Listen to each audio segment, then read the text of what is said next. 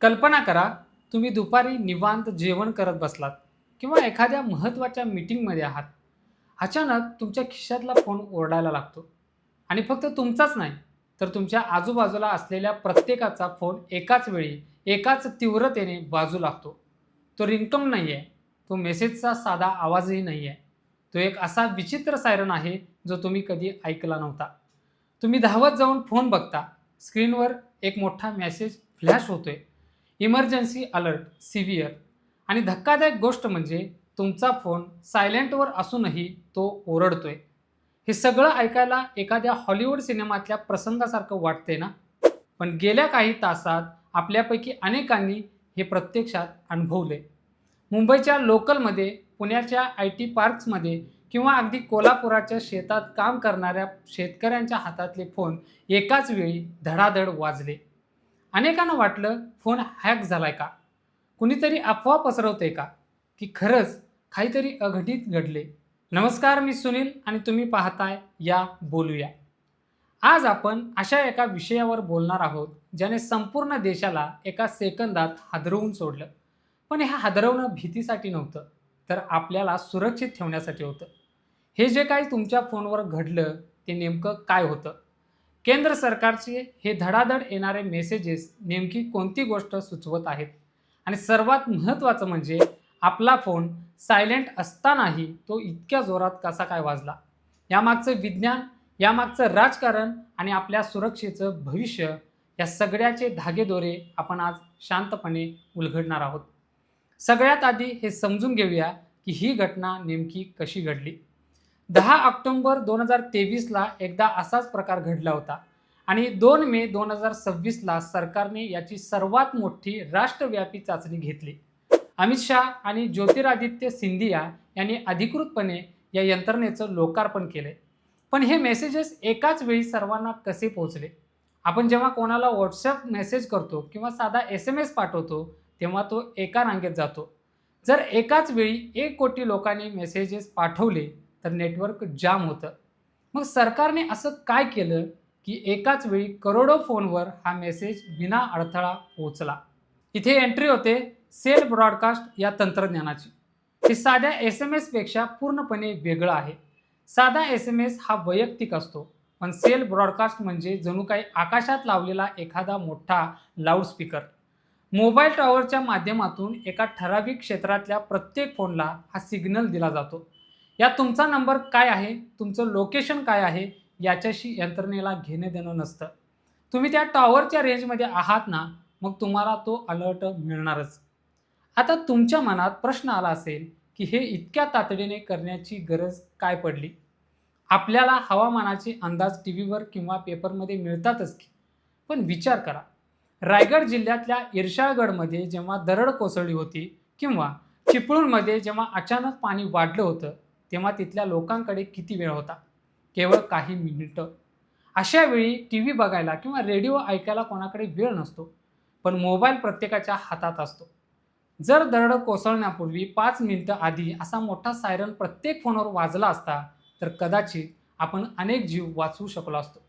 हेच या यंत्रणेमागचं खरं कारण आहे. हे जे काही तंत्रज्ञान वापरलं गेलंय, त्याला कॉमन अलर्टिंग प्रोटोकॉल म्हणजे कॅप म्हणतात. सोप्या भाषेत सांगायचं तर ही एक जागतिक भाषा आहे, जी आपत्तीच्या वेळी वापरली जाते. भारताने हे तंत्रज्ञान स्वतः विकसित केले, ज्याला सचेत पोर्टल असं नाव देण्यात आले. Centre for development of telematics म्हणजे ने हे बनवले. हे नाव लक्षात ठेवा, कारण ही संस्था भारताच्या डिजिटल क्रांतीतली एक शांतपणे काम करणारी मोठी शक्ती आहे. तुम्हाला कदाचित आठवत नसेल, काही वर्षापूर्वी आपल्याला वादळाचे किंवा पावसाचे मेसेजेस यायचे, पण ते मेसेज येईपर्यंत पाऊस पडून गेलेला असायचा. कारण SMS यंत्रणेची एक मर्यादा असते. SMS एकामागून एक जातात, त्याला क्यूइंग म्हणतात. पण सेल ब्रॉडकास्ट हे रिअल टाईम आहे, म्हणजे बटन दाबलं की दुसऱ्या सेकंदाला तुमच्या फोनवर सायरन वाजलाच पाहिजे. आणि म्हणूनच याची चाचणी करताना सरकारला हे बघायचं होतं की वेगवेगळ्या कंपन्यांचे फोन, वेगवेगळ्या कंपन्यांची सिम कार्ड्स यावर ही यंत्रणा कशी काम करते. चाचणी दरम्यान अनेकांना हा मेसेज एकदा नाही तर 5-5, 6-6 वेळा आला. लोक वैतागले. अनेकांनी सोशल मीडियावर पोस्ट टाकल्या की अरे बस करा आता. पण यामागे एक तांत्रिक कारण होतं.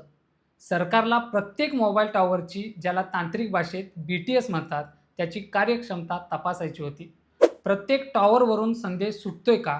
तो Androidवर जातोय का? तो iPhoneवर पोहोचतोय का? आणि सर्वात महत्त्वाचं म्हणजे तो फीचर फोनवर, म्हणजे आपल्या साध्या बटनाच्या फोनवर पोहोचतोय का? कारण खरी आपत्ती जेव्हा येते तेव्हा श्रीमंत, गरीब असा भेद राहत नाही. महाराष्ट्राच्या बाबतीत बोलायचं झालं तर ही यंत्रणा आपल्यासाठी वरदान ठरू शकते. आपल्याकडे कोकण किनारपट्टीला दरवर्षी चक्रीवादळांचा तडाखा बसतो. विदर्भात वीज कोसळण्याच्या घटना मोठ्या प्रमाणात घडतात. मुंबईत अतिवृष्टीमुळे पूर येतो. या प्रत्येक ठिकाणी ही यंत्रणा काम करणार आहे. महाराष्ट्र राज्य आपत्ती व्यवस्थापन प्राधिकरणाने म्हणजे SDMA आता या यंत्रणेला आपल्या कामाचा मुख्य भाग बनवले. आता हे अलर्ट्स तुम्हाला मराठी भाषेतही मिळतील. म्हणजे भाषेची अडचणही दूर झाली आहे. पण एक गोष्ट आपल्याला थोडी अस्वस्थ करू शकते. प्रायव्हसी. तुमचा फोन सायलेंट असतानाही वाजतोय. याचा अर्थ यंत्रणेचा तुमच्या फोनवर पूर्ण ताबा आहे का? तर याचं उत्तर नाही असं आहे. सेल्फ ब्रॉडकास्ट ही एक ब्लाइंड टेक्नॉलॉजी आहे. म्हणजे सरकारला हे माहीत नसतं की हा मेसेज कोणत्या व्यक्तीला गेला आहे. त्यांना फक्त एवढंच माहीत असतं की या ठराविक एरियातल्या सर्व टॉवर्सनी संदेश प्रसारित केला आहे. यात तुमचा डेटा, तुमचे कॉल रेकॉर्ड्स किंवा तुमचे मेसेजेस कुणीही वाचत नाही आहे. हा फक्त एक सुरक्षेचा रेडिओ सिग्नल आहे. अनेकांना असाही प्रश्न पडला की आपण हे अलर्ट्स बंद करू शकतो का? हो. तुमच्या फोनच्या सेटिंगमध्ये वायरलेस इमर्जन्सी अलर्ट्स नावाचा एक विभाग आहे. तिथे जाऊन तुम्ही ते बंद करू शकता. पण खरं सांगू का, ते बंद करणं म्हणजे आपल्या घरातला फायर अलार्म काढून टाकण्यासारखं आहे. चाचणीचे मेसेजेस आपल्याला वैतागवाने वाटू शकतात, पण ज्या दिवशी खरं संकट येईल त्या दिवशी हाच आवाज तुमच्या कुटुंबाचा जीव वाचवू शकतो. विकसित देशामध्ये जसे की अमेरिका किंवा जपानमध्ये ही यंत्रणा दशकांपासून काम करते. जपानमध्ये जेव्हा भूकंप येतो तेव्हा तिथल्या लोकांच्या फोनवर हा सायरन वाजतो आणि लोकांना 10-15 सेकंद मिळतात स्वतःला सावरण्यासाठी. भारताने आता त्याच दर्जाची यंत्रणा उभी केली आहे. विशेष म्हणजे ही यंत्रणा पूर्णपणे स्वदेशी आहे. C.ने हे तंत्रज्ञान बनवले, त्यामुळे आपण आता परदेशी कंपन्यांवर अवलंबून नाही आहोत. भविष्यात ही यंत्रणा अधिक स्मार्ट होणार आहे. आता यात आर्टिफिशियल इंटेलिजन्स वापरलं जाणार आहे.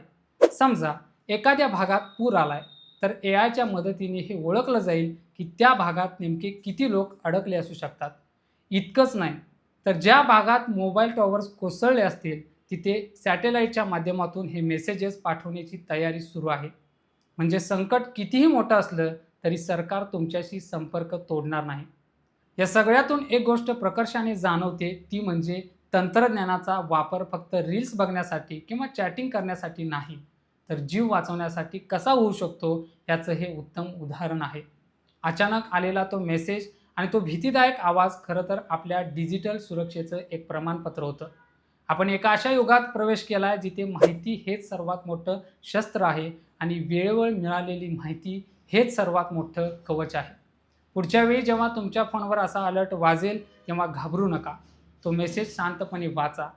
जर तिथे टेस्ट असं लिहिलं असेल तर समजा की आपली यंत्रणा अधिक मजबूत केली जाते आहे. आणि जर तिथे प्रत्यक्ष आपत्तीचा इशारा असेल तर तातडीने सुरक्षित ठिकाणी जा. कारण आता तुमचा फोन फक्त संवादाचं साधन राहिलेलं नाही, तर तो तुमचा एक डिजिटल बॉडीगार्ड बनला आहे. ही चर्चा इथे संपते आहे, पण हा विषय इथे संपत नाही. तुम्हाला वाटत असेल की अशा घटनांचा अर्थ समजून घेणं गरजेचं आहे, तर हा व्हिडिओ लाईक करा आणि इतरांपर्यंत नक्की पोचवा. तुमचं मत, तुमचा अनुभव, तुमचा दृष्टिकोन कमेंट्समध्ये नक्की सांगा. आणि अशाच वेगवेगळ्या विषयांवर बोलण्यासाठी चॅनलला सबस्क्राईब करा. आजच्या व्हिडिओत इतकंच. नवीन व्हिडिओत नवीन विषयासोबत पुन्हा भेटूया. या बोलूया.